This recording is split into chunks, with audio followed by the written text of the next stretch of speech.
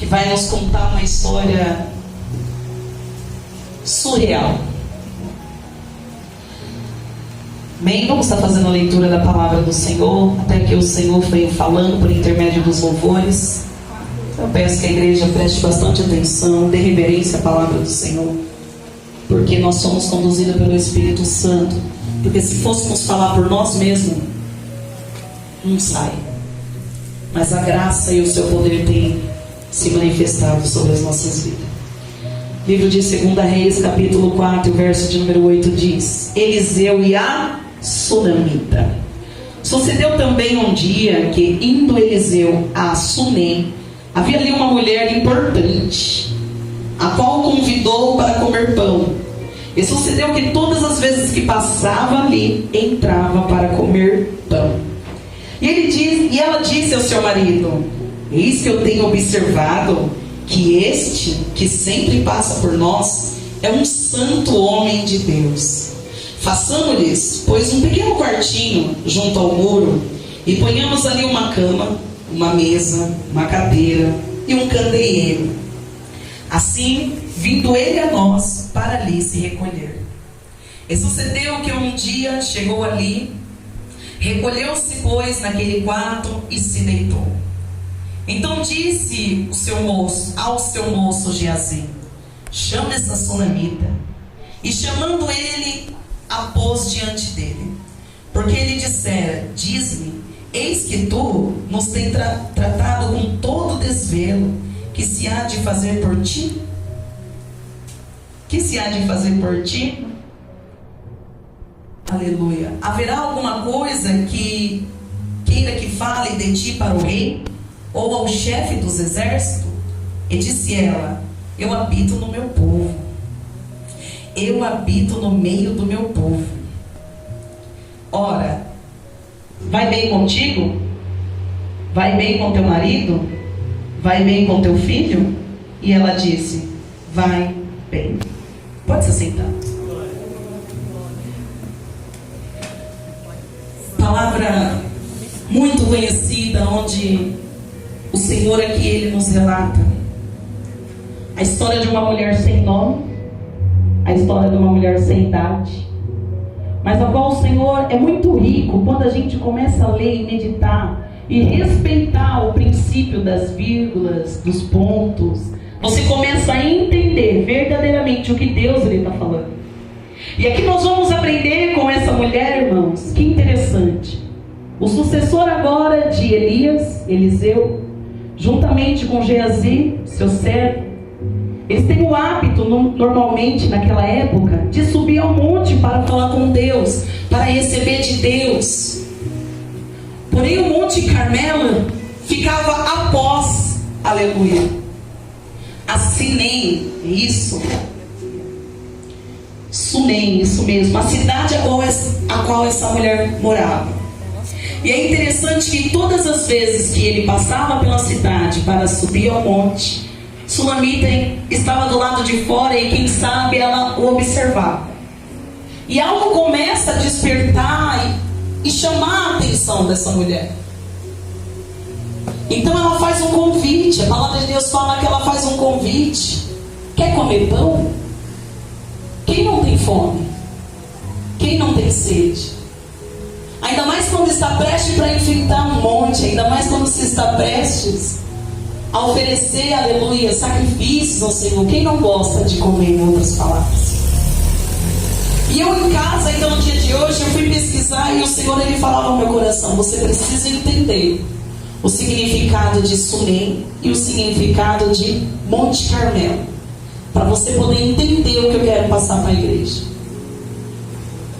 E a palavra de Deus então vai dizer que ali, todos os dias quando ele passava, todas as vezes quando o profeta ia a caminho do monte, ela o abordava e ele já sabia que ele iria parar para se alimentar na casa dela. E é interessante dizer que Deus, Ele é um Deus estratégico. Deus, Ele promove encontros e desencontros. E muitas das vezes eu e você não entende o porquê. E muitas das vezes Deus permite pessoas entrarem, pessoas saírem da minha e da sua vida para um só propósito. para nos ensinar algo, para nos deixar a experiência, mas também para que o nome dele venha a ser glorificado. Uma mulher já de idade um pouco já avançada, casada, e a Bíblia ela vai nos relatar que era uma mulher rica, era uma mulher de posses. E a palavra de Deus ela nos diz então que Sunem, irmãos, significado é povo hospitaleiro. Olha que bênção. O caminho do Monte Carmelo, Geazi juntamente com Eliseu passava pela cidade de um povo hospitaleiro. Aí eu falei, mas Deus, e o significado do Monte Carmelo? Campo fértil. Você pegou aí? Já deu para você entender? De um lado nós temos um profeta que vai subir para falar com Deus, vai buscar de Deus. Do outro nós temos uma mulher infértil. De um lado uma pessoa hospitaleira e do outro lado alguém indo buscar num campo fértil. E é assim que Deus faz, irmãos. E aí que nós começamos a entrar na mensagem do Senhor.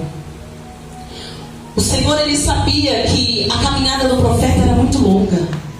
O Senhor ele sabia que o profeta ele não tinha noite de descanso. O Senhor ele é aquele que ele sempre prepara alguém para te receber, para cuidar de você. Muitas das vezes nós não entendemos, Senhor, mas que situação, Senhor, e o Senhor sempre levanta quem a gente menos espera para nos ajudar.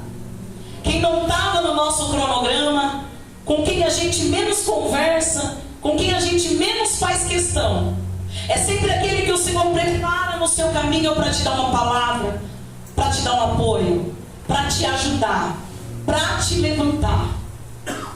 E Geazi, juntamente com o profeta, ele tem então uma hospitalidade. E é interessante que essa mulher, ela sente tanto esse homem de Deus. Ela observa a sua conduta, ela observa seus atos, sua maneira de agir, sua maneira de se portar. E eu tenho algo para te dizer: se você tem se portado como um homem de Deus e uma mulher de Deus, Deus sempre vai levantar alguém para cuidar de você. Se você tem feito tudo conforme o querer e a vontade de Deus, Deus não deixa a sua descendência mendigar o pão. Deus ele é aquele que não desampara, ele cuida. Mas algo faltava na vida dela. Então ela começa a observar e reconhece por ser um homem de Deus. Quem hoje, irmãos, em seu coração, meu pastor é uma bênção, eu vou construir um quarto na minha casa para ele. Eu conheci uma irmã abençoada. Pensa numa irmã cheia de Deus. Eu vou levantar um cômodo para todas as vezes que ela vir na minha casa, ela repousar naquele lugar. Então ela tem o interesse então de fazer um quarto para Geazi. Porque coitado, cansado, vai no monte, desce. E é cansativo, irmãos. E ela conversa com seu esposo. É por isso interessante também, o Senhor ele falava da comunhão entre o marido e a mulher. A comunhão e o diálogo é algo imprescindível. Quando se há comunhão, não tem ciúmes. Quando se há comunhão, não tem disserção. Quando se há comunhão, não tem briga. Quando se há comunhão, flui. Então o seu esposo fala: não, vamos fazer o quarto do profeta. Homem de Deus. E ele montado o quarto para esse profeta. E você vê que há o interesse ainda de servir ainda mais. Então ela coloca uma mesa, uma cadeira. E ainda prepara um candeeiro para ele não ficar no escuro. Aleluia. Aí Deus vai nos ensinar, irmãos, que quem reconhece, que quem sabe servir, que quem ainda, aleluia, reconhece homem e mulher de Deus na terra, tem que também aprender a servir. Tem que aprender também a ser hospitaleiro. Não é o saber do problema, não é o saber da necessidade e ignorar. Não é eu saber, eu conhecer, nossa, aquela ali é uma mulher de Deus, né? Mas diz que está numa prova, diz que está num vento, coitada. Porque o próprio Deus, ele vai nos ensinar que o Senhor, ele sabe recompensar aqueles que honram. Porque o interesse dela não era pelo que o profeta poderia te oferecer. mas o reconheceu como homem de Deus. Ou seja, eu vou fazer para ele porque eu não quero agradar ele, eu quero agradar a Deus. É fazer sem esperar. Sabe aquele ditado de o que a mão direita faz, a esquerda é desnecessária? Ainda ele é verídico. O Senhor, ele se agrada de quem trabalha e quem faz no secreto, porque ele sabe exatamente a área da sua vida em que ele vai recompensar.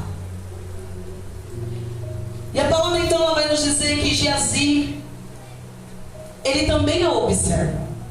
Da mesma forma que você observa as pessoas lá fora, tem pessoas também que estão te observando. E o Senhor nessa noite ele dizia: filha, eu tenho observado e me atentado a cada detalhe da minha igreja. Saiba que independente do que você estiver passando, o céu está te vendo, o céu está te observando. Mas a questão é, de que maneira primeiro você está oferecendo para Ele? De que maneira você está servindo a Deus para esperar sim a recompensa de Deus? E a palavra vai dizer então que o profeta termina ali a sua hospedaria sobre a casa dela, e antes de ir embora ele manda Geazi chamar ela e fala: o que posso te fazer? O que você precisa? O que você quer que eu fale para o rei? Que eu peça para o exército? E ela fala: eu sou do povo, eu não preciso de nada. Em outras palavras, fique em paz. Eu não te recebi aqui na minha casa no ato de receber alguma coisa. Eu fiz de coração, eu fiz por amor. E lá no livro de Lucas, Mateus, Marcos, nós vamos aprender, irmãos. Jesus ele nos ensina. Quando Jesus ele está diante daquele cego, Jesus ele pergunta: o que queres que eu te faça? O que você quer? O que você precisa? E o cego ele, de antemão, ele já fala: eu só quero ver. E a palavra de Deus vai dizer então que ela fala para esse homem: eu sou do povo. Ou em outras palavras, eu não preciso de mais nada. Porque dinheiro tinha, posse tinha. Era uma mulher que a Bíblia ela nos dá um respaldo, uma mulher importante naquela época. E quando o profeta lhe pergunta se é muitos nos dias de hoje, mesmo tendo dentro do armário, mesmo tendo dentro de casa, ainda é capaz de dizer: né? Fica meio chato pedir, né?